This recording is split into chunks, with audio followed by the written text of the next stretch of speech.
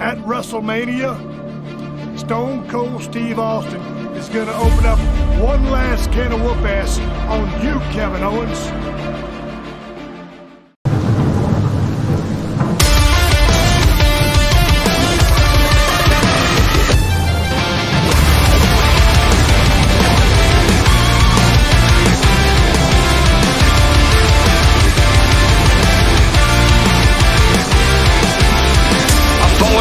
My own direction, no one can pull me out. I've always felt different from the others, I'm running away now. Fears are fading, won't stop bleeding. 'Cause I'm sick of standing up instead of going down. I'm sick of never being able to cross the line. I'm sick of pretending everything is fine. You got it, you're just a freak like me.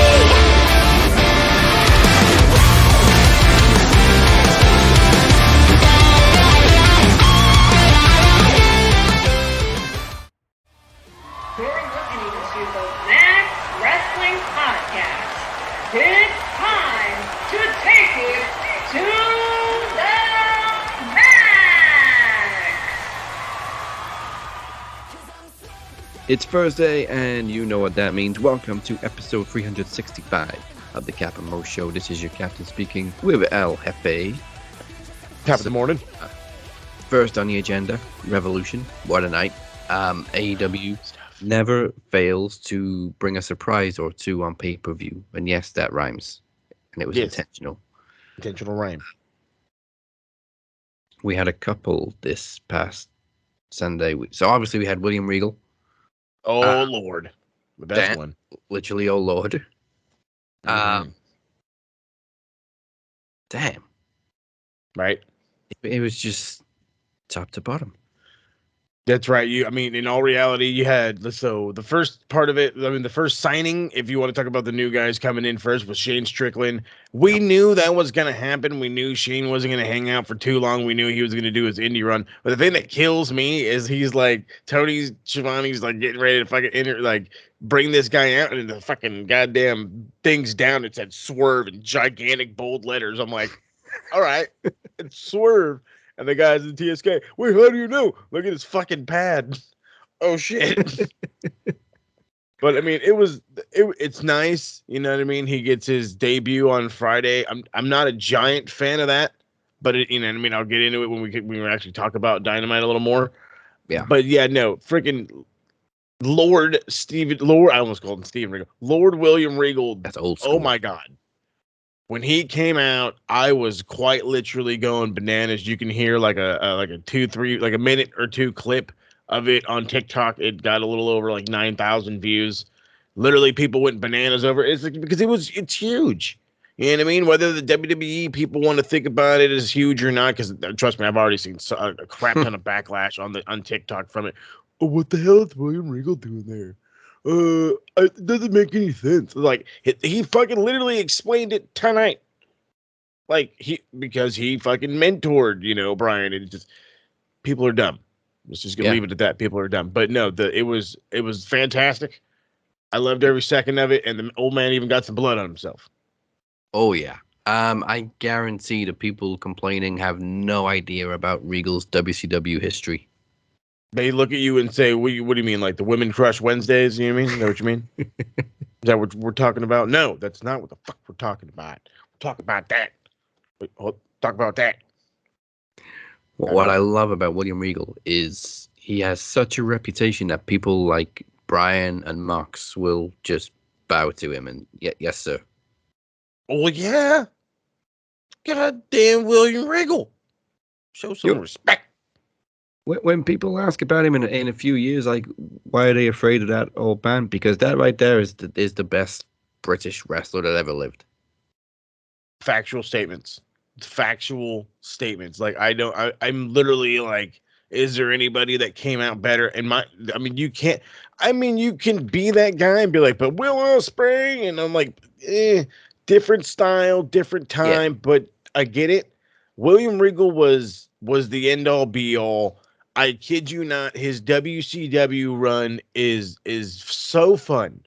It's so fun. He's having fun. Like you could when you see a dude having fun wrestling, it's fun. It's Yeah. it's Wait. absolutely worth the watch. And if you didn't like him then, if you had to fucking fall in love with him as the GM or the commissioners when he's threatening fucking Triple H, I will bloody well go down there and wrestle you to the ground. Like, yeah, fucking do it. Which is understandable because he was an amazing GM. Factual. Yeah, just if you've never seen Lord Steven Regal, go do it. Like when he brought back King of the Ring and they crowned him King of the Ring in WWE. Never has there been a more deserving person of the name King of the Ring. Facts. He's still a King of the Ring, and he's in his 60s. He's the man. He is the fucking man. And he's in the corner of John Moxley and Bryan fucking Danielson. And just like the way he explains it, he calls B-Dry like the greatest. Like he's like, I wish I was this guy when I was a kid. You know what I mean, when I was wrestling. And then he looks at John and he's like, ah, crap. I met you like 11 years ago, and all we did was go through mental battles and shit. He's like, we're one and the same, which is great. He's pretty on point though, because like Bryan Danielson is the perfect all round like traditional wrestler, and then you've got Mox who's just all out violent all the time. Love it though. Like this is. I keep. I don't want to say like putting it out there, but I was literally joking with some of like some of like my the more hardcore fans, if you will, like the guys that literally they hang out on their days off and watch NWA. That's how much they miss the old time.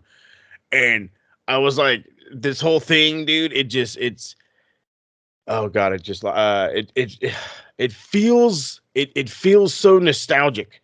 It literally feels like I want to say like the Assassins or like Nikita Koloff, you know what I mean?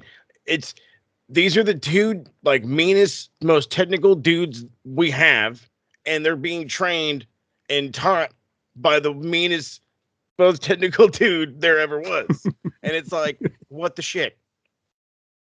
It is old school, and it's so great. He is gonna be a better fucking manager than like Jim Cornette in the end of the day. He's not going to be as entertaining and over the top and make you want to laugh, but he's going to be so damn impactful. He's going to be like the new Paul Ellering. What's kind of scary though is he's actually on the active roster. I saw that, and it made me worry for one, his health, and then I realized who I was talking about, and I worry about everybody else's health now. I say this because I kid you not, like God, perfect example. Go, and this is going to be, actually, it's not going to be hard to watch. It's on fucking Peacock. Go on to goddamn Peacock. Well, it will be hard to watch if it's on Peacock. That's true. And I need you to find Steven Regal versus Fit Finlay in WCW. Okay? Not nowhere else, in WCW. Now, they had like 7 or 8 different ones. Whichever one of them, go for it. But if you got to watch one, they did a parking lot brawl where they literally like wrestled on top of and around cars in a parking lot. It was glorious stuff. Shit. Glorious. I was gonna say that sounds like a house fight, and then you bring in a parking lot brawl. Oh yeah, they're getting slammed through car windshields and stuff. It was fun, and this was like in '96. Damn. But like speaking of veterans and Revolution, fucking Sting. I'll be honest. I mean, AEW, seriously, I love your pay-per-views, but they're so long. I know you want to make each one like an epic event because they don't happen every month, but geez, I was very tired, so I couldn't give everything as much attention as it deserves. So I went and rewatched it again the next like a couple of days later. Happens. That 6-man tag was fucking insane. Oh yeah. I mean, upon rewatch, I mean, at first, because I was with you, you know, I love AEW. I love everything TK is doing right now. But 4+ hour shows, man, you're killing me, dude. And then I got to turn around and get up the next day for work. You know what I'm saying? So I can't exactly hang out and get drunk. You know what I mean? I'm not saying move your shit to fucking Saturdays, but I mean, like, at least, you know, cut me down an a little hour. bit. You mean cut me an hour? It's. But I ended up having to rewatch that one too. I felt like, because I don't want to say I got bored. It's just we had so much roller coaster emotion, Mm. and then here's a 6-man that at first is a trios is just like they just started doing shit for like 10 minutes at first, and I'm like, okay, well something cool is gonna happen, right? That's the whole point. They're just doing shit. And then sure enough, somebody's building like this fucking goddamn table structure, like the Leaning Tower of Pisa.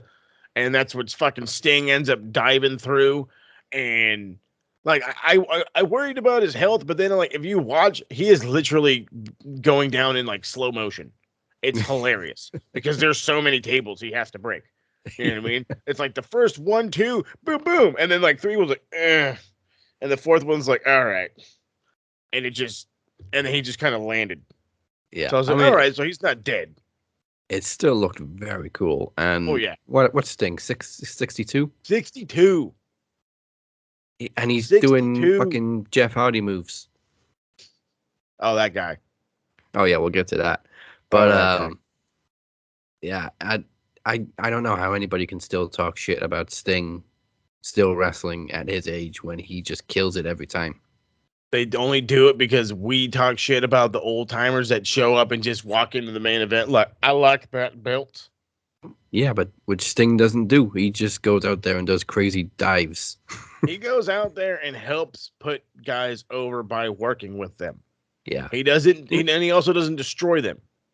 You notice when he comes out with Darby, they never play Sting's music. They play Darby's music. Mm-hmm. It's great. Great stuff.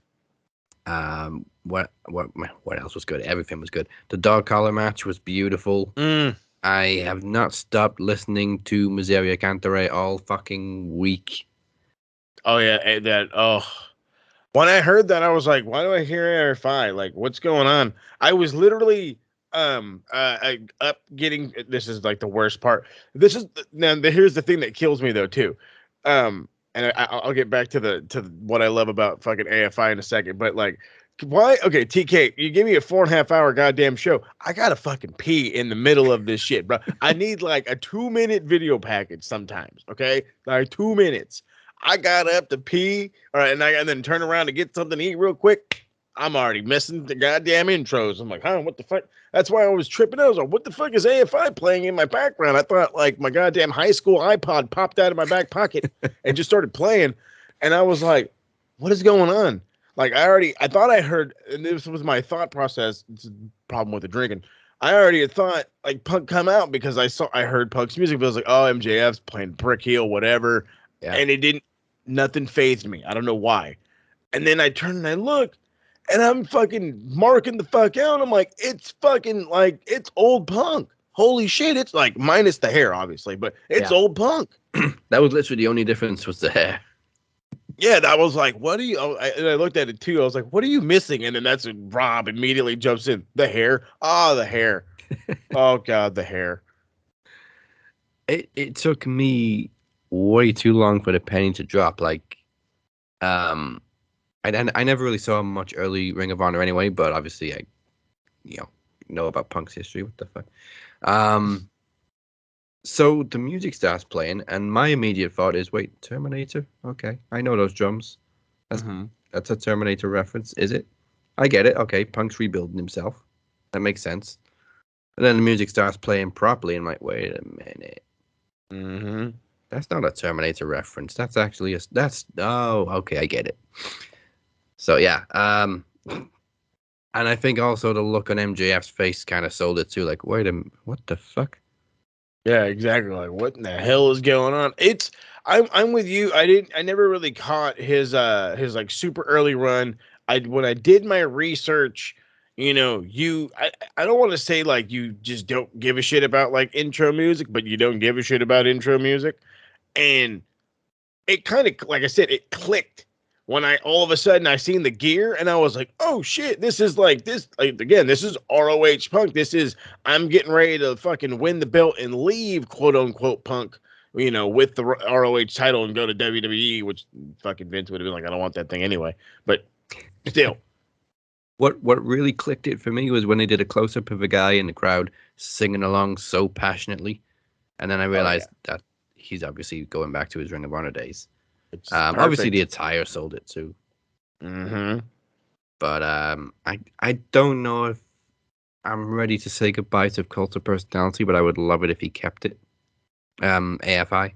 I mean, They see, both work so well on different levels. they do, but then there's also two people behind. There's two different people with those music. You know what I mean? Yeah. As much as and that was the other thing too. I had to go defending, fucking this entire pinfall set. Whatever the reason why Punk won, I had to go defending it on goddamn TikTok because fucking people are stupid. Oh, you're burying MJF. They're burying it. He beat Punk twice, dude. Twice, not once, fucking twice. And it took Punk having to go back to the guy he was 18, 19 years ago to beat MJF. And he didn't have Wardlow's help. That's the other thing. So you're playing into the fact that MJF finally lost without Wardlow's help. You know what I mean? He got through a match without Wardlow's help. What happened? He lost. And it showed that Punk is able to take it to a different level and be upper main event again. So, I mean, now does that mean that he's going right for the fucking world title? No, thank God, because it looks like it's going to be Adam Cole and Adam Page again. Yeah. But it's also a 1 week turnaround. Yeah. So, I mean, there is. I'll be honest. There is going to be a little bit of Punk and MJF in the shit Mark say a little bit later on, because of course.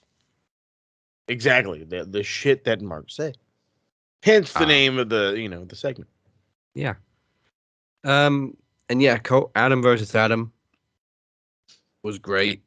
I think somebody described it as they wrestled indie style for the main event. Sure. I'm not entirely sure what they mean. I mean, there was a little bit of interference, but other than that, they just gave each other their best for 25 minutes. Yeah. Problem is, and no disrespect to them, we had seen everything in the book up until that point. So it kind of fell, I don't want to say on deaf ears, but it definitely took some getting into. Not to mention, when the crowd has too much fun on their own, that's a problem. They're over there having, what is it? It's like, let's go, Adam. Adam sucks chance. And I'm like, what? Or, oh, wait, no, my favorite one is This Is Adam. I was like, these guys are having way too much fun, but all right. Yeah, the memes wrote themselves for this one, but fucking A right. From what we saw on Dynamite last night, I'm pretty sure that the rematch is going to be just a little bit more violent. I hope so. So yeah, we'll cover Dynamite a little more thoroughly a little bit later on, but that's our top story. Thank you very much for Revolution, Tony Elite, as Dan Housen calls him. Now let's go to some old stories this week in wrestling history.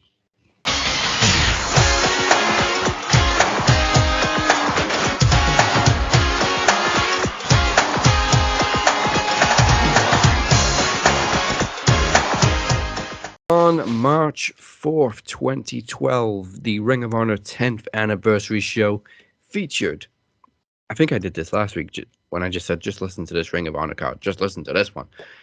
Jay Lethal versus Tommaso Ciampa for the TV title. The Briscoes versus the Young Bucks. Kevin Steen versus Jimmy Jacobs in a no DQ match. And it was main evented by Adam Cole, baby. And Eddie Edwards versus Kyle O'Reilly and Davey Richards. First off, that does sound like an absolute fucking banger of a card. Absolute banger. And that main event, you got like two longtime rivals, two longtime tag teams, and it just mixed it up. Loved it. Yeah. Wow. This is that. You can, by the way, for those who were like, how can I watch like old Ring of Honor? It's on fucking YouTube. Like a lot of like Kevin Steen, like El Generico. I'm really trying to think of like the pretty much all of Davey Richards' run. Like it's probably a good like 2 years of Ring of Honor on YouTube. It might be even easier to watch it very soon, thanks to Tony. Goddamn Tony, I need that network ASAP, partner. Yeah, me too, because these streams are being motherfuckers. Well, see, that's also that's been the thing. Now that's where it where the question lies. Does this make them go away from pay-per-view? I'm already saying no, because the reality is they make a lot of money on pay-per-view. Now, can they Yeah. get it the fuck off Bleacher Report? Please? That's my gimmick. Get it off Bleacher Report. Either put it on regular pay-per-view or, and this is coming the thing, it looks like their streaming network, and this has been like a talk for I want to say about a month or so now, is going to be with HBO Max. Or at least that's the rumor. That doesn't Sticking help with the UK because rumor. we don't get it. Oh, that's all bad. It's all bad. Get this guy VPN ASAP. If you can like strike some kind of deal with Disney Plus, I got that. I got Disney. Oh yeah, just I no got more Disney blood Plus. ever. I got Netflix. I got Prime. You know what? See that actually, I Wait, like no blood? that idea. What's If happening? they can run a series about Pamela Anderson's sex tape on Disney Plus, they could show me some blood.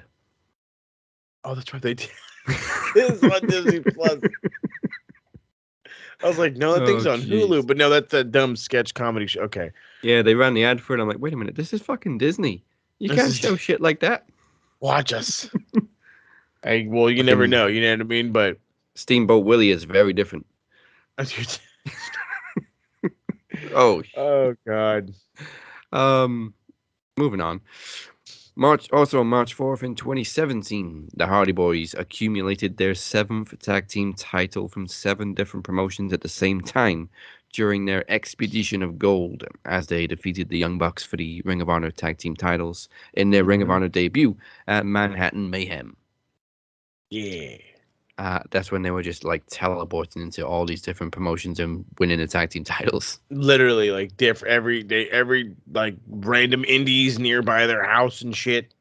Yeah, but the funny thing is, because of Impact's tape delay, they had already lost the Impact tag team titles, but on TV they were still champions. So technically, at the time, they were the only tag team to ever hold the Impact tag team titles and the ROH tag team titles at the same time. Yeah, all right, good stuff. March 4th, 2021, last year, the unfortunate end of the IWGP Heavyweight and IC titles, as Kota Ibushi controversially unified both championships and became the first IWGP World Heavyweight Champion, defeating El Desperado, and everybody hates that fucking belt. Yeah, I'm still not a fan of it, and now it's on Okada. Okada makes it work. Honestly, only looks really good on Ospreay. That's the only person. Oh, he's the only person that does love it, actually. Yeah, well, duh. It's the only guy he's the only one to make it work. I really thought Okada would with all of his crazy colors, but no, it's not working that well.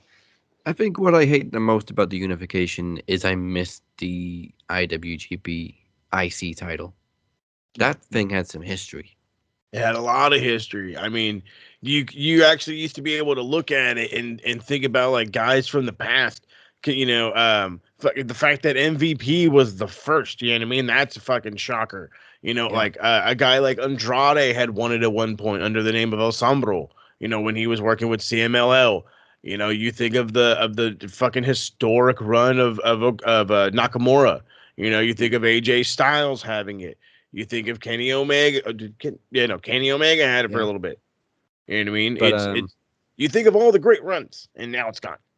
They also changed the lineage, so like the new world title has its own title history. Bullshit. It's separate to the old heavyweight title. Bullshit. Yeah, complete bullshit. Bring them back. Please and thank you. March 5th, 2001. This was a regular episode of Raw, and my how times have changed. Chris Jericho versus Eddie Guerrero. Ivory versus Lita. Undertaker and Kane versus Rikishi and Haku. The Hardy Boys versus the Dudley Boys for the tag team titles. And the main event was Stone Cold and The Rock versus Kurt Angle and Triple H. This is a regular episode of Raw. Look at all those fucking big names. Well, that was back in 01. Yeah, they were all in their prime too. In the prime time. Nuts. Also, March 5th in 2017, I deeply apologize to everybody to my parents, to God for reminding everybody about this. At Fastlane, just weeks before WrestleMania, Goldberg defeated Kevin Owens for the Universal Championship. Bullshit. What a shitty skid mark on wrestling history that was. Mm-hmm. $1 million on that one, dude. We'll move on quickly from that one before I get lynched. March 6, 2011. This may come as a surprise to some people, but Colt Cabana is a former world champion. Yep. He defeated Adam Pearce for the NWA World Heavyweight title for the first time, and he actually beat him again for the title a year later, so he's actually a two-time world champion. Two-time.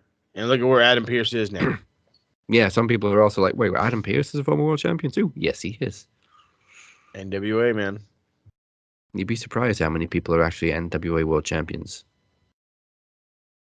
It's a big-time promotion when you're on the indies. Yeah, I gotta remind people about something else pretty bad now. March 7th, 2021, last year, the infamous Explosion Gate at Revolution, as Kenny Omega defeated Jon Moxley in an exploding barbed wire that didn't explode deathmatch. Oh, yeah, we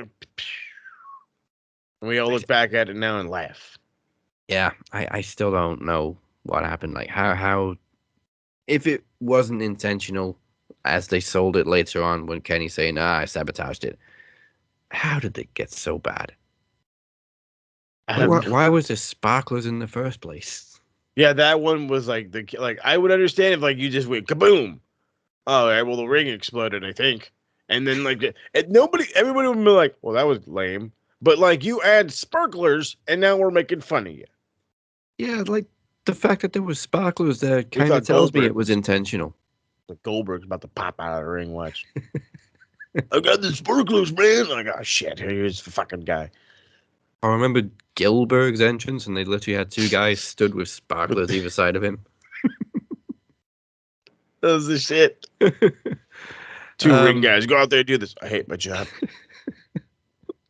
I'm supposed to be a wrestler someday. Well, get out there and hold these, and then you can wrestle. I could be a rent-a-cop or a security guard, but I'm Dwayne Gill's entrance guy. Fuck it. Hilarious. Final bit of history before we move on to birthdays. It was March 9th, 2002.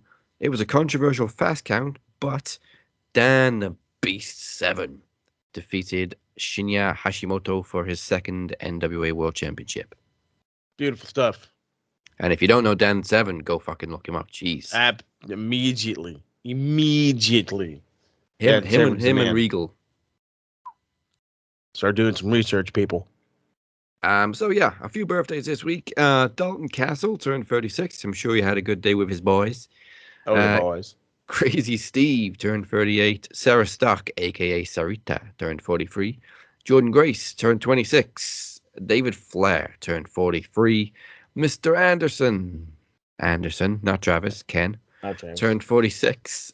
Sean Morley, aka Val Venus, turned 51. Chase Owens turned 32. Cody Deaner turned 40. Bruce Pritchard turned 59. Happy birthday, but you're an asshole. Yep. Chad Gable turned 36. Harland turned 24. Molina turned 43. Tiger Ali Singh, that's a fucking throwback for you people, turned 51. Yeah. Rick Steiner turned 61. And Nikita Koloff turned 63. I haven't actually included today's birthdays because I haven't looked it up yet. You haven't looked up today's? I meant to do it this morning, but what do we got for today? Happy birthday today to Luchasaurus. It's Bad Bunny's birthday. Oh god, I didn't see that, but Luchasaurus. Yes. Happy birthday to Luchasaurus. Who else we got? 36. Mississippi Madman. I don't know who it is, but I want to know. I mean, that sounds cool. Debbie Malenko. Oh, his wife? Sister?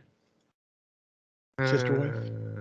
Trained by Boris Malenko. I don't know. Is that Dean Malenko that we're thinking of? Dean Malenko's wife? I don't know. But happy birthday, Debbie Malenko. Right on. We got Major Guns, Sergeant Craig Pittman, and Helico. Oh, yeah, I think you said in Helico. Did you get Tyler Bate as well? How am I 97, missing these Jesus guys? Christ. He is a child. Motherfucking kid was born in 1997. I was Wow. in elementary school, for fuck's sake. 19 when he was born, I was just like on the verge of becoming a wrestling fan. Yeah. Damn. So happy birthday to those guys. Yeah, that's probably exactly what I was watching, right in 97. Very quick look at a little bit of history for today. Christopher Daniels won the Ring of Honor World title in 2017. Bully Ray won the TNA World title in 2013. There's a couple of title changes in Japan. And it was Ring of Honor's 15th anniversary show. Right on. And then Oh, on this wait. day. I don't think I On want to this click day. on this, but Fastlane 2019. Uh-oh. I said, on this day, 3 years ago, New Japan Cup, there was a 5.5-star match between, I think it was Kota Ibushi and Tetsuya Naito. Oh, that sounds like a banger. Absolute banger. Okay, yeah, Fastlane 2019 main event. This must have been like the Shield's last pay-per-view. Shield defeated Drew McIntyre, Baron Corbin, and Bobby Lashley. Boobalaz. If that's worth noting on history, but there you go. Now then, we move on to find out the silly things that people have been saying online. This Silly. this very silly shit marks say, sunshine. Can you believe the shit these marks say? I got quite a few this week. So, Oh, no. first up, once again, names have been changed to protect their stupidity. First up, he is simply called Bruno. I can't. Oh, my God. That's terrible because literally all of my fucking kids watching right now has been fucking Encanto. And he walks into the room. We don't talk about Bruno. So we're talking about Bruno right the fuck now. and I, you know what? That's exactly why I didn't change his name. That's great. So obviously AEW bought Ring of Honor. Bruno said a bingo hall federation bought a smaller bingo hall federation. Wow. Motherfucker. And this is why we don't talk about Bruno. Exactly why we don't talk about Bruno. AEW's a pretty big fucking bingo hall. Dude, they're running in similar buildings as WWE. Exactly. So I don't understand the gimmick. Like, even Daly's place is a pretty big fucking bingo hall. It's an amphitheater. yeah. I mean, is it attached to fucking like the Jaguar Stadium or whatever? Like, yeah, whatever. Who cares? They're able to run it. They're not running literal bingo halls. They're not going to the VF Dub and fitting 40 people. And no, they're selling out arenas, dude. And until you open up your fucking eyes and realize that, you're an idiot. I tell you what, Bruno, you go sit right at the top, right at the back of Daly's place and play bingo. And when you yell bingo, see if anybody on stage fucking hears you. Nope. Next up, we have Pat McAfee and Pete Dunne's love child. I get. If you see what I see, you'd understand. I can't, but okay. This is terrible, but this is awesome at the same time. Like I'm envisioning just the worst thing ever. So I mean, we're going to talk about this in a little bit, but obviously, Stone Cold Steve Austin cut a little promo and shared it on social media. It was nothing fancy. It was literally he cut a 2-minute promo into the camera. That's and it. He drove a little bit. McAfee and Pete Dunne's love child said, so he filmed and edited all of this just this morning. They don't care one bit about logic. Like, is it really that difficult to believe that they shot this in like one take in one morning? Motherfucking Jesus Christ.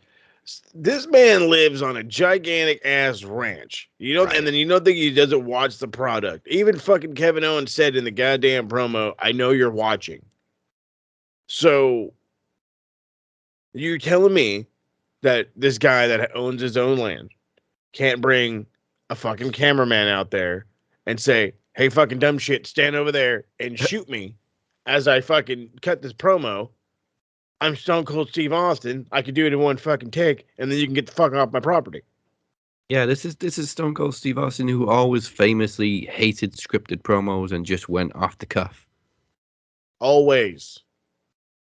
So yeah, it's People are really not idiots. that difficult to believe that they filmed and edited all of that 2-minute promo in one morning. Allergic to the retardedness. Yeah, I said it. Next up, Timmy number 1. That might give you a clue that there's 2 Tims this week. Oh no. Denise Hollywood Elite, I'm sure people know her on Twitter, posted CM Punk is super passionate about everything that he's been doing in AEW. Very true, because of course he did the post-show interview with Tony and he got a little bit emotional. Timmy number 1 says, does that include beating the best heel in wrestling and future of AEW instead of putting him over on a pay-per-view with a Here face we champion fucking waiting? go. Yeah, this is what I was alluding to. We've already gone over this. Like you said, MJF beat him once. Well, technically twice. And that was also Punk's first ever loss in AEW. That's something he can never give to anybody else. In his hometown. In his hometown, too, yeah. Or as right now, AEW has been known more for putting people over in their hometown rather than beating them. Yeah, that's very true. We got Thunder Rosa and Britt Baker in Thunder Rosa's hometown next week. Mm-hmm. And again, like you said, MJF did not lose clean. He was betrayed by Wardlow. He's screaming for Wardlow. There was really nothing wrong with Punk getting the win. It also made sense storyline-wise for him to get the revenge. Yeah. And MJF's already fucking over. Hey, that's the fucking point. You took a dude who, when he came in here, people would look at him and probably say something dumb like, oh, at best, he's like a mid-card guy and blah, Right. blah, blah, blah. And now he is a main eventer. I don't care what anybody says. He's a main eventer. And people actually look at him as the one, if not the best heel in pro wrestling. People make the comparison to The Miz. And as much as I shit on The Miz, he's one of the better heels in all pro wrestling. Whether he's in the E or not. And the reality, why it's because he does his job well. If you hate him from the outside, he's doing his job. Yeah. I don't have to like his in-ring style. I don't have to, like the fact that, he was a fucking reality TV star that caught his break in the E. All I have to like or not like is he doing his job? And the answer to that is yeah. And it's so annoying that I don't fucking watch it. So he's doing it very well. Timmy even said himself he's the best heel in wrestling, and he's only 25, and he's considered the best heel going right now. Trust me, he's already fucking over. Beyond over. So an L doesn't mean as much as what it does is it closes out the feud and allows it to spill into something new, which is going to be him and Wardlow, which is that now. And since we know that the fucking Revolution, the TNT title matches next week, you know what I mean? Is MJF going to go out there and fuck him over? Like, what's going to happen? He has to. But see, here's the funny thing, and I was listening to Uncle Dave this morning. This is where I got it from, so I can't steal the credit as much as I want to. Can't steal the credit. So apparently, Brian got an email or a text message from a fan who I think is such an E fan that this works out perfectly. So what goes down is Wardlow's getting ready for his match, or he's literally walking out to the ring, ready for his match. Right as they go to ring the bell, MJF's music hits. He just tells him like, "Hey, I just want to let you know, I don't want this belt if you win it. More power to you. Actually, I'm here to give you what you want, which is your freedom. You know what I mean? I'm here to release you from your contract. I just need you to sign this." And once he signs it, because all he hears is "I'm free," and then as he walks away, oh, wait a minute, there's a 90-day no compete. And I'm like, I fucking love it. I fucking love it. I mean, it'll piss a lot of people off. Like, are you kidding me? But like, that's like the ultimate prick heel move. I so hope he does that. That's right. Like, tell me that's not just Genius. Brilliance. And then all the little Vince sheep will complain, oh, they took another shot at WWE. Hey, in the best way, baby. In the best way. Take it as a compliment. Seriously. Okay, Timmy number 2. Andale, way. WWE's The Bump, which honestly I don't give a shit about. Asked if anybody had any questions for Piper Niven. You know, we don't use her stupid WWE name. Piper Niven, you know who she is. Timmy number 2. I'm not gonna read out his tweet because it's so dumb. It's that bad. He basically just body shamed her. Oh, get the fuck out of here. I'm so over this. But the funny thing is, the dude, he ain't a small guy himself. If anything, he looks like Jim the Anvil Neidhart. So I also don't need to comment back because Piper already did. And she said, because your daddy loves BBWs. Get him. Get him. Somebody get him a body bag. Oh, he's out of there, boy. Buried. Oh, we have a long one for the last one. So, last up, we have Mr. Dribbly. Terrible name, but I got it. Oh, boy. So, this was before last night. So, this was just based on the rumor of Jeff coming to AEW. I think it was actually a response to something that Matt posted. It was about him, like, getting everybody together to have the meeting. Mr. Dribbly says, so your brother can get selfish and walk out like he's on something. I know that he wasn't. Only to get released to show up on a show for people that would cheer him. If by chance that he was on something, he should have gone about getting his release another way. I'm sure the others in the tag team match felt betrayed, and he also could have hurt a member in the crowd by his stupidity. A true man does things that way.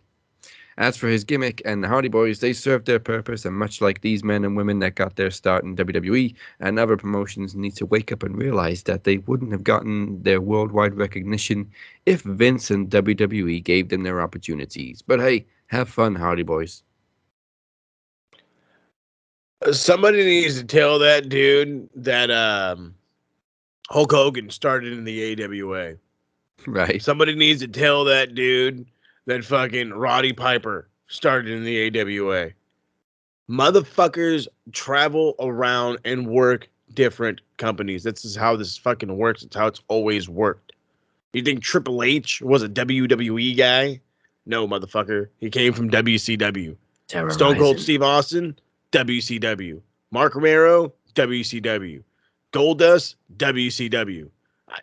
Mark Calloway, WCW.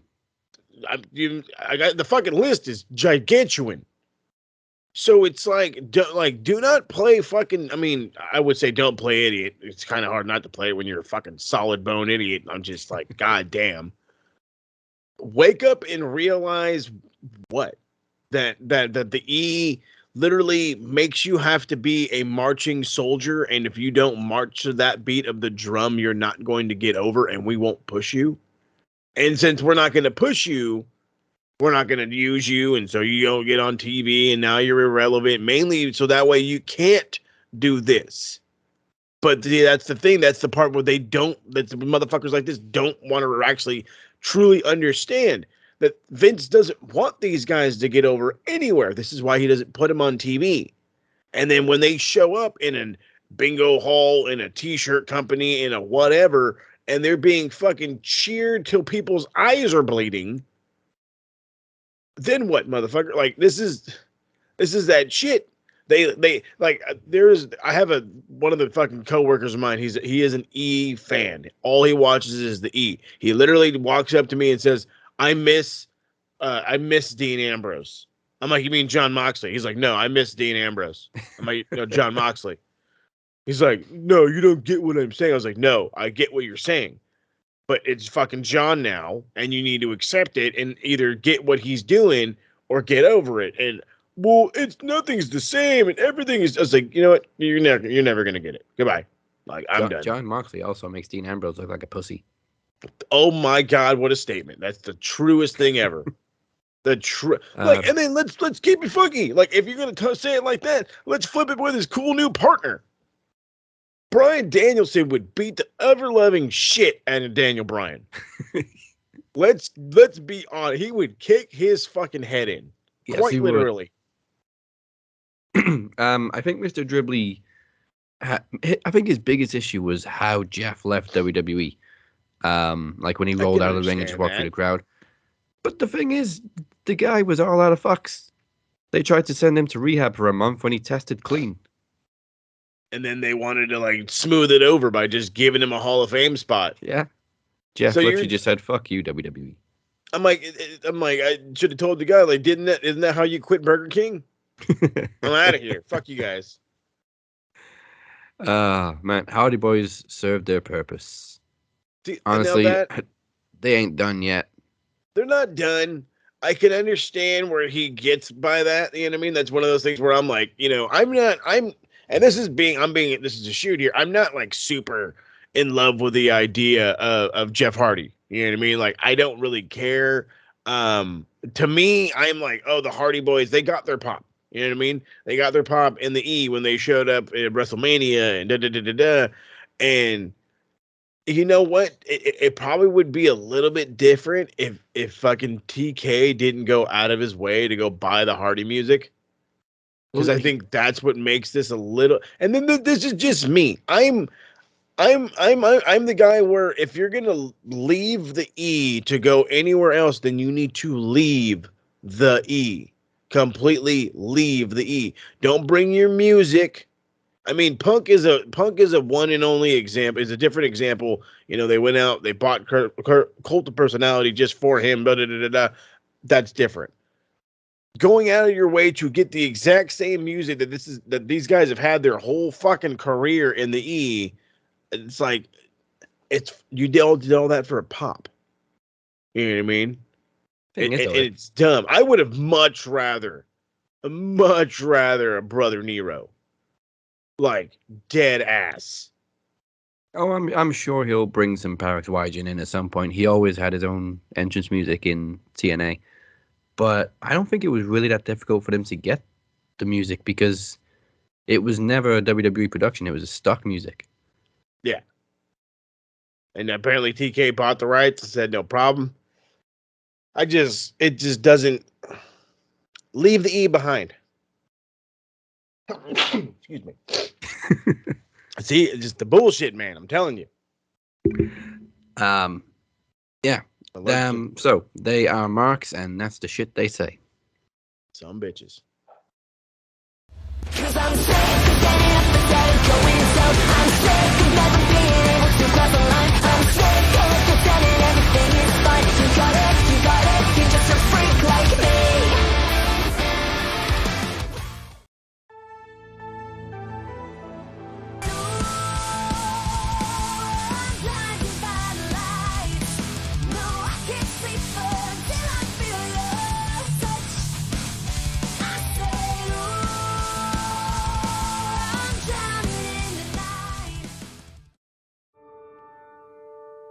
Probably the most successful night any one person has ever had on Max Wrestling. He ended the show with the television, knowledge, and the World Championships. And in the very last moments, I ruined his night. I must apologize.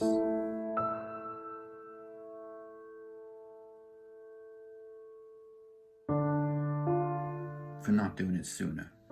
I've been dropping hints for 6 months, if not longer. And Phoenix, keep your eyes open, because I haven't forgot about you either. And as for you, Phoenix, I told you I haven't forgotten about you. Our paths will cross again soon, when you least expect it. I have plenty of unfinished business. In the shape, you'll have his night. And you never saw it coming. You took my world title, a title that was created for me by burning the shape alive at Promo Mania last year. It seems that some people never learn. The captain finally wants his title in a rematch of last year.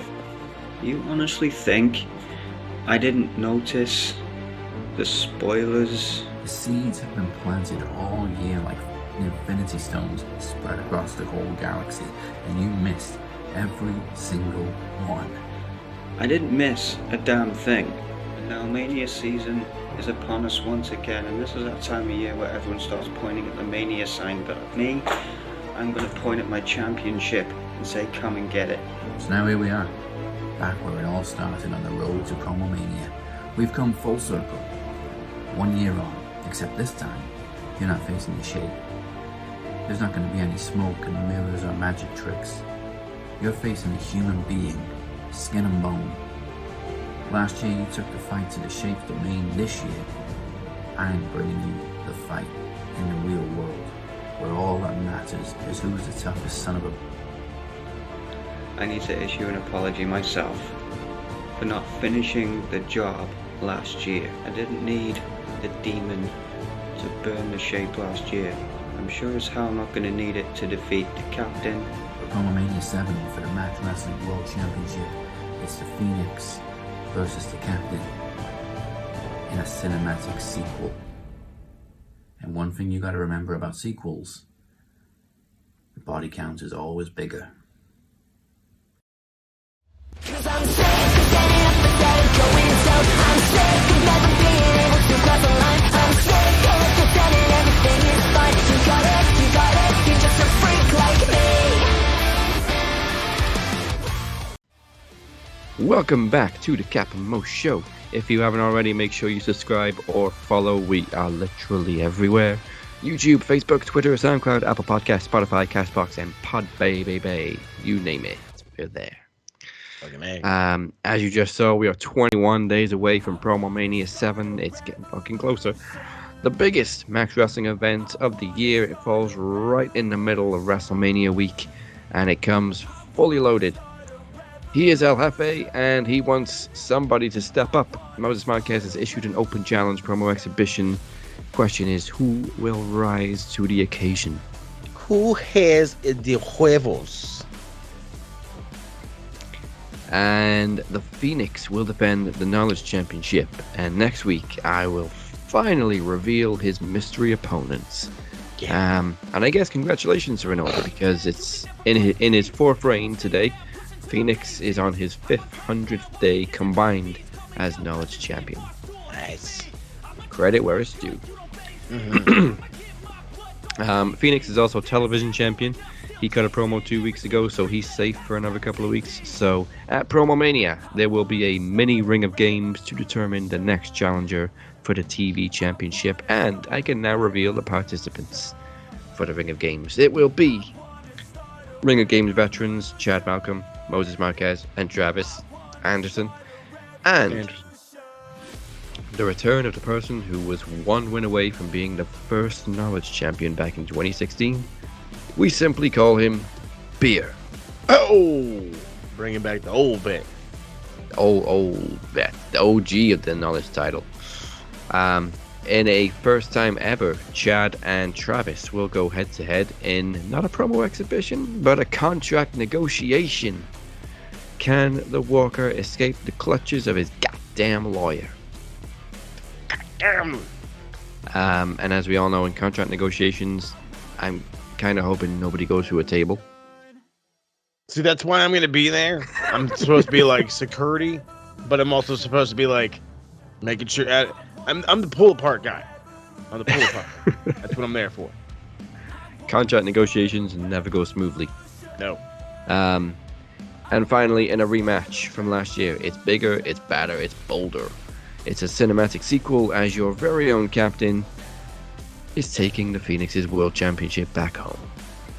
Back where it belongs. Sorry, Phoenix. 9 days ago also, Phoenix became the longest reigning world champion combined. Damn. Chad is still the longest reigning single champion, but Phoenix is in his second reign, so he's stacking up those days. It all goes down March 31st on all podcast platforms, but before we get to the main show, don't miss the annual Iron Bank Challenge on the Promo Mania pre-launch show, and allow me to announce who is looking to make a deposit from the Iron Bank this year. Unsurprisingly, Moses and Travis. Plus, I'm in them all, baby. Also joining them in the Iron Bank Challenge this year is Daniel Crimmins and Cypher. Oh, it's going to be a good one. It's going to be good. Cypher was in the Iron Bank last year. Daniel Crimmins came very, very close to becoming Knowledge Champion last year. So there's some stiff competition right there. Facts. For more information, go to maxwrestling.net/promomania7. So, other stories this week. As we already mentioned, Stone Cold has confirmed he will be at WrestleMania. There's no confirmation that it's a match. And as we said all along, it's probably going to be a confrontation because, you know, when he retired, he retired. Yeah, Steve is he's a man to stick by his word. Yeah.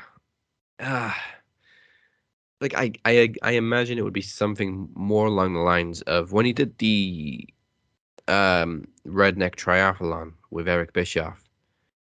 It was technically a match, but it wasn't really. He still counts the one with The Rock as his last match. So I kind of hope it's something like that where he hits a few moves and gets the upper hand, but I think he knows and we all know we're not going to get the same Stone Cold, so it shouldn't really be a traditional match. No, and I don't think it will be either. I kept looking into reports and trying to see what I could find. According from last week, there's no match. Like, he has not agreed to doing any kind of match at all. Now, I don't know if that means he's not trying to be physical at all or, what. So, that's worth looking into. As of right now, it literally, he's going to show up on the Kevin Owens show. And probably they're going to have some words. They're going to cut a good promo on each other. Steve's going to hit him with some shit, and that's going to be the end of it. Like WrestleMania 21, he was a guest on Piper's Pit. Oh, there you go. And it was a great segment. You had Roddy Piper and Steve Austin trading barbs. I mean, like I said, dude, it works perfectly to me. It makes sense. But I'll admit I'm getting a little bit more excited. Obviously, I'm a Stone Cold OG fan, so either way, if it is a match and he can pull it off, then it'll be something historic. But as of right now, we're just expecting a confrontation. That's it so far. I mean, I've literally had God, how many freaking people? Both my brothers have already hit me up like, are you gonna watch WrestleMania? Can we go over to your house to watch WrestleMania? I'm like, are you gonna come just for Steve Austin and then leave? And they're like, well, I mean, are you cooking? And I'm like, well, see, that's obviously just Steve, but that's fine. I understand. Even my wife fucking was the one that she sent me a TikTok. Did you know he's coming back? I'm like, yes, I've known he's coming back. Even now my dad's asking questions. I was like, that's cool. I'm like, he's not going to wrestle or anything. And blah, blah, blah, blah. And then she's like, so are you just not going to garner a reaction? I said, no, nobody said this. Nobody said this. And she's like, well, I don't get, I was like, you want the truth? I was like, I'll tell you the fucking God's honest truth. I said, when his music fucking hits, when that glass shatters, there's going to fucking be a lot of tears running down my face. And I don't want you to ask no questions. Just why are you crying so damn loud? Why are you crying so damn loud? Man, what if he actually does come out in the trunks and the vest? But I will be happy if it's just promos back and forth, and then he does his greatest hits: Lufez press, bionic elbow, stomp a mud hole, and a stunner, or 3. Yeah, maybe. But yeah, it's pretty big either way seeing Stone Cold back at WrestleMania again in Texas. In Texas, one of the biggest stars ever, if not the. Also, it's the same weekend that The Undertaker, also from Texas, is being inducted into the Hall of Fame. So it's a huge weekend for Texas. And as I say, everything's bigger in Texas. In Texas. Becky Lynch also had a fractured voice box this week. Yeah, that's crazy. I have no idea what happened. I know something went wrong in a dark match with Bianca Belair at a house show. I don't know exactly what happened, what move was hit or what went wrong or anything, but yeah, Becky walked away with a fucked up voice. Now she did manage to make it backstage to Raw, though, but apparently Bianca wasn't there. She probably running, trying to save her own life. Oh crap! I fucking ruined her. I broke her voice box. I can't be here. And I mean, I don't know. I mean, this is wrestling. I hate to say it like that, because that's kind of like a big deal. Like that's, we're not trying to hurt nobody, but like this is wrestling, so shit happens. Yeah, we still got a couple of weeks. I'm sure she'll be fine. We did also have a big title change on Raw. RK Bro, our Raw Tag Team Champions, defeating Gable, and I still want to call him Dozer. And Otis. And Otis. Man, Otis. Well, I still want to call him Dozer. Dozovich. Ended with a beautiful RKO counter to a moonsault. He just still, like, he's in his 20th year in WWE, and he's still finding new ways to hit that fucking RKO. He's innovative, as the young kids say. Yes, very much. Which just gets me thinking, are they actually going to break up RK Bro for WrestleMania? Because they've literally got a couple of weeks now to build this.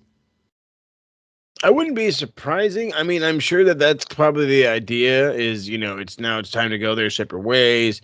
Maybe Riddle has gotten over as much as he could working with Randy. I'm sure they want Randy for something else. Every time after Mania, Randy is like the number, all of a sudden he's a main event star again. Oh, we got to push him to the thing and he may be a champ again. And it's like, I can already see it coming, especially because you're going to need somebody for Roman after he's, super god Roman with all the belts.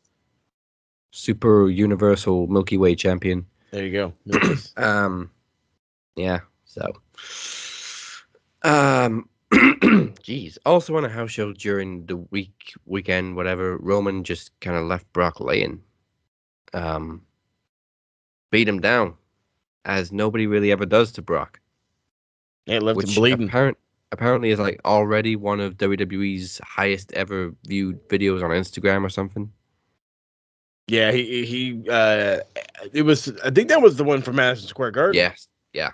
And I guess what it was is Austin Theory came out and people thought that I don't know whoever thought fucking it was going to be Cody to come out. You're fucking dumber than a box of painted rocks. I tell you what. You know what it was? One of the dirt sheets posted before the show, keep your eyes on MSG tonight. And everybody's like, how the fuck are we supposed to do that? It's a house show. Exactly. And I literally think that's like a jab. Like, we can't watch it. Don't even, he was literally planting a seed, like, in the fucking desert, hoping it would grow a fucking, a beautiful fucking flower. Like, no, it's not going to happen. People are stupid. So on to Dynamite. We've covered some of it already, but we kicked off with Eddie Kingston and Jericho. Great promo back and forth. I mean, as you'd always expect from Eddie Kingston, the guy can do no wrong on a microphone. Eddie Kingston, literally, this guy, every fucking time he opens his mouth, I'm falling more in love with him. Like, I say that as a man to a man out like that, but I just mean, like, when I first knew about Eddie Kingston, and I've known about Eddie Kingston for probably about 9 years now, like, I just thought he was a dude. I just thought he was a guy. You know what I mean? He was, a part of LAX. He was in TNA. Oh, he's just a guy. And then, I started, I wouldn't say digging into his indie run, but his indie run kept popping up. It's just one of those things where it's like, you think social media is like following everything you're doing. Well, in this instance, they were. And I started to get a grasp of him and realize like how passionate he was and all this other stuff. And so it's like, I've been liking it a lot more. And then he comes out here and cuts this fucking promo. And I'm like, how the fuck do you not love this fucking guy right now? You know what I mean? He's as real as can be. He comes out there and he's bearing his soul. Hey, I didn't even want to fucking show up on Sunday. I've been fucking battling in self-doubt. You have me in my own head. He fucking yells at a fan like, hey, bro, give me my fucking moment. You know what I mean? Shut the fuck up. My man Steve Austin's not here. I thought that was great. And then he brings up, he's like, did you really think I wasn't going to? He had 4 people at a fan fest tell him, like, I didn't end it because of an article about you that I read. You know what I mean? To realize what you've gone through and you made it, made me believe that, I'm going through it. I can make it. And to me, that's fucking huge. You know what I mean? That's gigantic. And he goes out there and was like, I wouldn't miss this show for them. I wouldn't miss it. You know what I mean? Like this, they mean more than that fucking check probably does to him. You know what I mean? That's how passionate of a dude Eddie Kingston is. And it was just such a great promo. And it finishes with a handshake. And then goddamn Jericho, the bullshit is taking over. I already had a funny feeling something was going to happen. I was like, you look too much like a goddamn rock star to be out here just to shake his hand. And now he has his new clique, as we have dubbed them in the TSK, the Outer Rim. The Outer Rim. They are not the Jericho Appreciation Society, the Jazz. No. I am so annoyed they didn't call it Inner Circle 2.0 because it's literally right there. 2 of the guys in the group are literally called 2.0. I never didn't even think. Come I feel on, like that's Chris. too boring, but I get it. It's perfect. That's awesome, though. Oh, man. But That's yeah, it awesome. was great heel turn. You could see it coming. Especially when who was it that ran down with a baseball bat? Santana. Ortiz. Yeah. And they gave it to Jericho, and obviously he just nailed his boys. Yeah, but he's over there fucking just wailing on them all afterwards. I'm like, bro, you have a bat in your hand. Can you not hit me like 8 times? Fucking prick. And then Hager came down, and I kind of suspected he would align with Jericho because he is Jericho's boy. He honestly, and I enjoy Hager. I do. He would drown on his own right now. Yeah. He surrounded by the amount of good talking talent and wrestling talent that's around him. He would drown on his own. Sorry. He needs a mouthpiece, but for sure. Absolutely. But I expect with this new feud and the arrival of William Regal, we are surely heading towards blood and guts. Oh yeah. Blood and guts. I can't. It's not gonna sound cool. I mean, we got double or nothing in 2 months. It would be even fun. You know what would be funnier? If he fucking like grabbed the mic and just be like, God damn it, War Games. Oh, wait a minute, and then Shivani walks up to him and is like, it's called Blood and Guts. Yeah, we don't have the rights to that. That's terrible.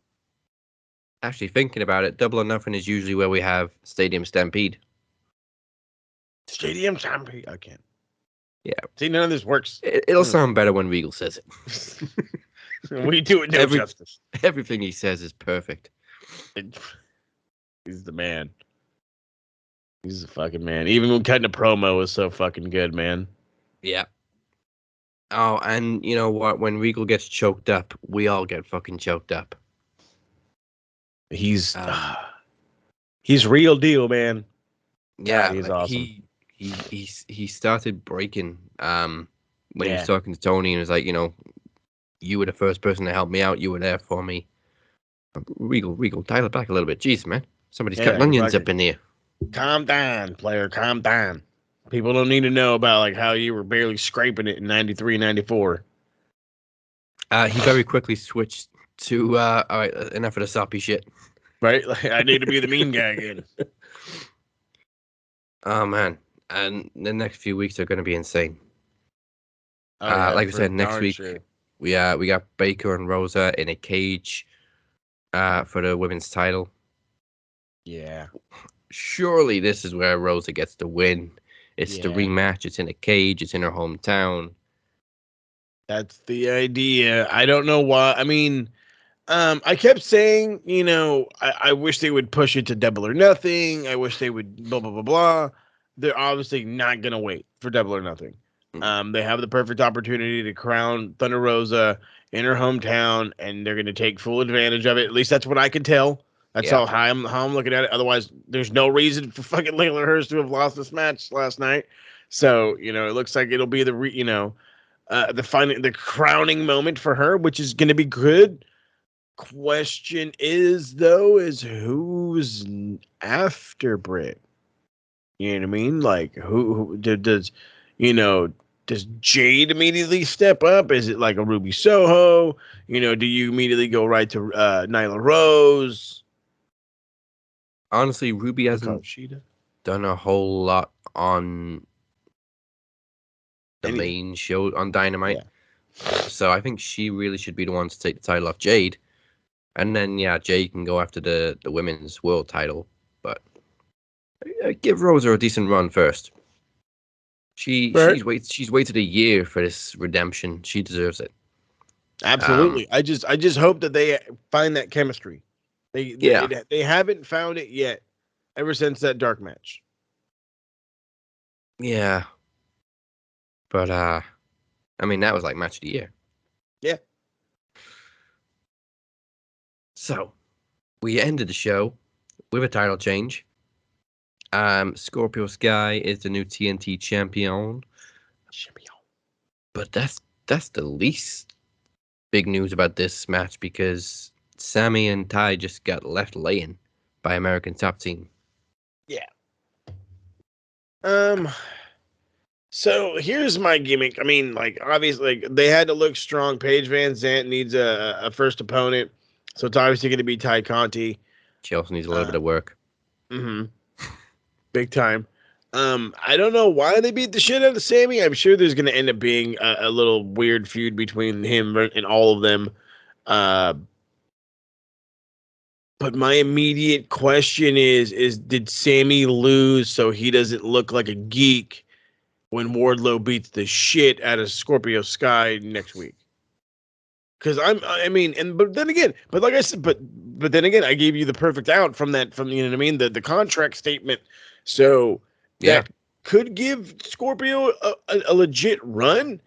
But if not, one of these guys was going to get fucked over with a 1 week fucking, turnaround. Heaven forbid. So, I mean, we're actually going to have to wait till Wednesday, but it's like, I'm sure that was a lot of people's immediate thought was crap. Scorpio won. Well, he's got Wardlow next week, and he's going to immediately lose. Yeah. Kind of booked himself into a corner. Yeah, that's kind of why I'm saying you got to pull that MJF contract with a no complete, man. Tony, if you're listening, there's Make your it out. happen. Make her happen. I think it's the first time really though that we've seen Sammy and Ty kind of together on screen. Oh yeah. So that was kind of cool. Yeah, Even if they did both get their asses kicked. We were having way too much fun at the TSK. We were just like, he was like, oh, I was like, oh, dude, no, that like hurt. Like he landed flush. You know what I mean? We're like selling the injury, and then down comes Ty, and he's like, Doc, she broke my wiener, Doc. We don't know what to do anymore, Doc. We're the fucking worst yet best people to watch a fucking wrestling show with, because we turn it into some serious fun. But in all reality, yeah, it was like, dang, okay, this is the first time we finally really get to like kind of see them on screen together. Good for them. But yeah, they got their ass beat. But I'm sure there's a mixed tag coming. She looked pretty comfortable when she got knocked out on top of him. Oh yeah, so this is awfully comfy. Is the camera still on us? Oh, it is? Okay. Shit, we gotta sell it like we're not enjoying this. Right? Damn. Yeah, I mean, top to bottom, it was a great episode of Dynamite. Yeah, I don't care. People say we're biased. We are fucking biased. We prefer AEW. Shut the fuck up. But it was a great episode. When they keep doing shit like this is why. I prefer my wrestling to not treat me like an idiot. Yes, exactly. So yes, I'm biased. Perfectly described. And you know what? It's going to get even better when ROH relaunches. And then we got two crazy promotions run by Tony Elite. And Tony's already saying that he's going to run it as a separate promotion. Yeah. I mean, I'm sure we'll have some crossovers, but that's exactly what they need to do, because they got a lot of guys that people don't see on Dark and Elevation that can now cross over to Ring of Honor, because I'm sure ROH, their roster isn't as stacked and they only have like one weekly show. Mm-hmm. So there's a perfect opportunity there to get more eyes on the lesser seen talent in AEW as well. Yep, this is true. I mean, it's an idea. We'll see how it goes. I would love for them to be. Personally, I would rather them take over where Dark is right now and be on Tuesday, and then move Dark to like Saturday or something. Yeah, compete with NXT again. Get them to move nights again. Because nobody gives a shit about 2.0. Exactly. So but we'll see. Yeah, we haven't even covered that. Fucking new NXT champion. Talk about putting the future over. We got Dolph Ziggler with the title. Like I love how that goes because I'm literally, and this is literally like I'm gonna make this as a TikTok because it has to be done. I'm sitting here and I was like debating yesterday. I was like, you know what? I don't have class. I've caught up with some stuff. I might watch NXT.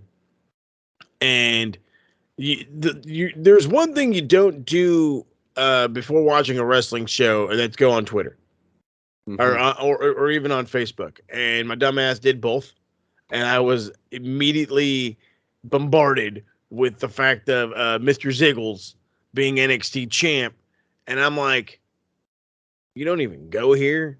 Like, I don't understand this. And then I watched like the highlights of it, and I'm like, of course Bobby Roode helped you win the fucking thing.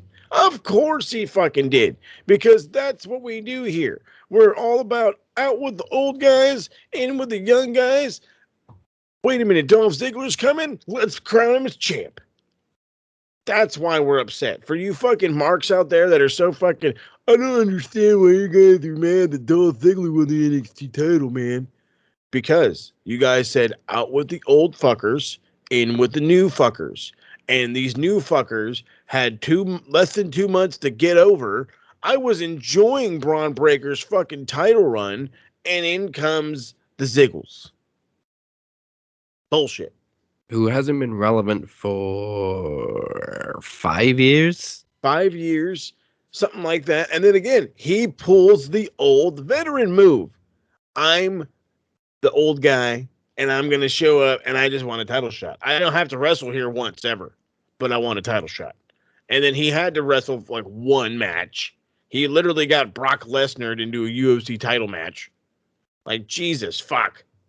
Yeah, the reason we're laughing about this title change is because these same people literally said they're going back to the old NXT style of making new stars and bringing up rookies, and then you go and give the title to Dolph Ziggler, who took it from a young guy. But that is the thing. That's what we're talking about. You literally just contradicted your fucking selves. This is why we get upset. This is why we don't watch. This is why we literally make fun of it, because they literally are looking in the mirror one way, or they're looking in the mirror as they're writing down notes. Okay, this is what we're going to do to get guys over. This is what we're going to do to get guys over. And they swear that mirror is telling them, hey, change that around. And it's not true. They're fucking stupid. They're fucking dumb. Like they literally, they are walking contradictions. Yeah. It's not working. We have to go back to the other way. I think would be a nice smooth segue into Geek of the Week, because I got a funny feeling it's connected somehow. Oh, yeah. Pencil neck geek, grit-eating freak, scum-sucking peahead with a lousy physique. He's a one-man, no-cut, losing streak. Nothing but a pencil neck geek. Pencil neck geek. So Geek of the Week, Jesus, there was a lot. There was a lot this week, and a lot of it had to do around NXT, believe it or not. I'm not gonna lie, I walked right into this week like I'm immediately gonna give it to Grayson Waller just because of reasons. And believe it or not, he actually put on a really good match. Him and LA Knight, which shocked the fuck out of me. At least in the highlight form, it was good. So this one is gonna be sweet. And I love it for being so sweet. Geek of the Week goes to the man that fucking books this goddamn piece of shit show NXT, and that's Bruce fucking Pritchard. You are the absolute Geek of the Week. You need to paint your fucking face red and tell everybody you love them, because that's the only thing that's gonna fucking get you anywhere anymore, dude. What in the actual fuck? We literally just laughed for about 4 minutes straight, you and I, over the reality that is the walking contradictions that is fucking Bruce Pritchard. Yeah. This is that shit. And then you guys wonder why you don't get anybody over on the main roster where fucking people don't give a half a shit but are willing to buy merch out the ass. But you have NXT fans, which I guess, yes, you're basically fucking paying for at this point. But NXT fans, they want a little bit more reality. You know, they prefer a little more, you know, realism in their entertainment. I was about to say pro wrestling, in their entertainment. And you guys decided we're gonna go backwards to the fucking 100th degree. 100th degree. Like if they would have did this, let's be fucking honest here for a second. If they would have did this 5 years ago, when Joe was there, when Nakamura was there, if they would have had a main roster guy come down and win the belt, that's a different story. Yeah. That's a big different story. You know what I mean? All right, it's time for these indie fucks to see if they can mesh with the, you know, the E guy that came down and won the belt. I fucking dig that. I like that idea a lot. But like I just fucking said, you did a whole regime flip. You're NXT level up now. You're not even 2.0. You leveled up back to what you were. So you didn't level up, you leveled down. Geek. Whole thing's confusing. Bruce Pritchard is always Geek of the Week. Oh yeah. Staple. We just have to mix it up a little bit. We don't have to mention it. People know it. Yeah. He's the honorable geek of the decade. There you go. I like it. So on to Wrestler of the Week.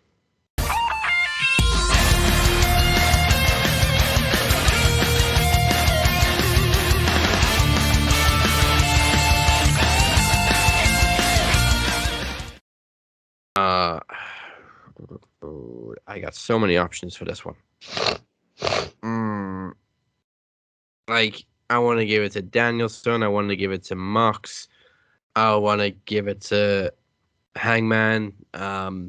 Sting again. I want to give it to Sting. Hell, even Scorpio Sky is a contender this week. But I'm going to give it to somebody who has been overdue a big win for a long time, and he finally got one. And we've already talked about how good he is on the mic. Eddie Kingston is this week's Wrestler of the Week. Hell yeah. Also a great match with Jericho. Oh yeah, fucking it was awesome. It was one of the better ways to start a goddamn show. At least in my I thought everything about that match was really good. I thought the whole fucking show was really good. I'm still trying to get a fucking review put out there, but you know, goddamn school fucking pain in the ass. Yeah, school's a sumbitch. Me, pal.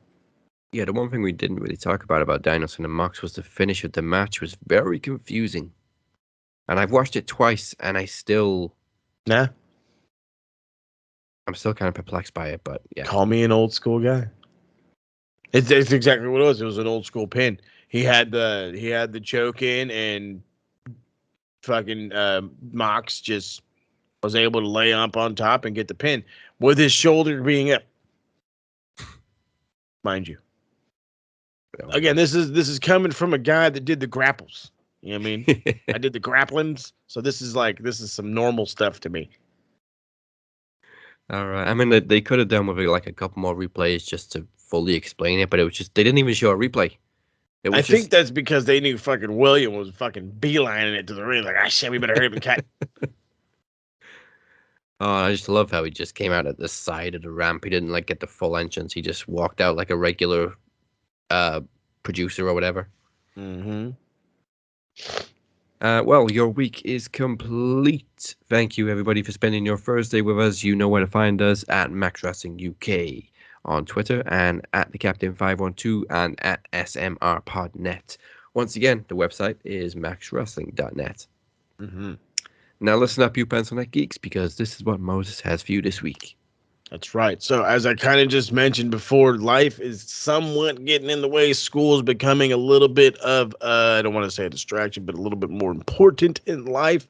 So things are really toning down. I'm not saying things are done. I'm not saying things are over with. I'm just saying right now, my main project is Max Wrestling and Max Wrestling's TikTok, besides my school, obviously. There is going to be at least one more episode of Retro Rewind for the time being because it is recorded. It will drop on Monday. I'm doing the best I can to try to come out with a more in detail review of AEW's Revolution. But if you want my shorthand of it, you can go on Max Wrestling UK on TikTok, and I kind of have a little 3-parter up there. You can definitely check that out. As far as Bolt Rant, I literally have stuff in the archives. Has to be edited, put music to, and then plopped out as soon as it comes out. It's on. The funny thing is it's honestly on. Like I'm not behind on that for some dumb reason. Like everything I had pre-wrote, and this is like 2-3 weeks prior, is actually happening right now in the NFL, minus a couple of trades, but neither here nor there. Bolt Rant stuff should be dropping, but again, it is not a priority to me right now, unfortunately. So for the more content heavy, stick to Max Wrestling because we're here each and every Thursday, and get on the TikTok because I am literally dealing with fucking marks every day. Yeah, you thought we had some on the show. Oh my God. Well, apparently one of these guys does it as a gimmick. And I'm like, this is the worst gimmick to have. I'm telling you, pal. Does he want to join Promo League? You know, he probably would. We need some names in this fucking league.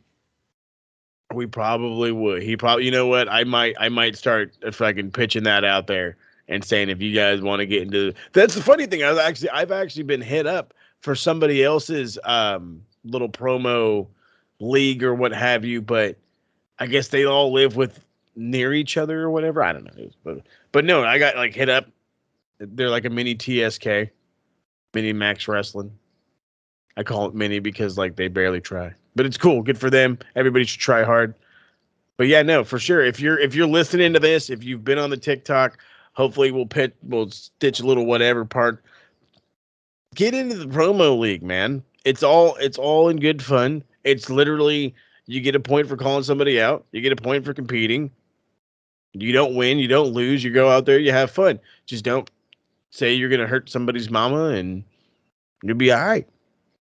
I knew another mini Max Wrestling at one time that didn't try very hard, and it didn't last very long. No, there was a few of those. And with that said, join us next week to find out who's challenging the Phoenix for the Knowledge title at Promo Mania. It's also the penultimate week before our 7th anniversary show, which is then the week before Promo Mania. So we're getting close to the big season. Big season. You've been watching the Cap and Mo. Goodbye. And good night. Bye. Bruce Pritchard, you just fucking suck, pal. But I love you. Oh, shit.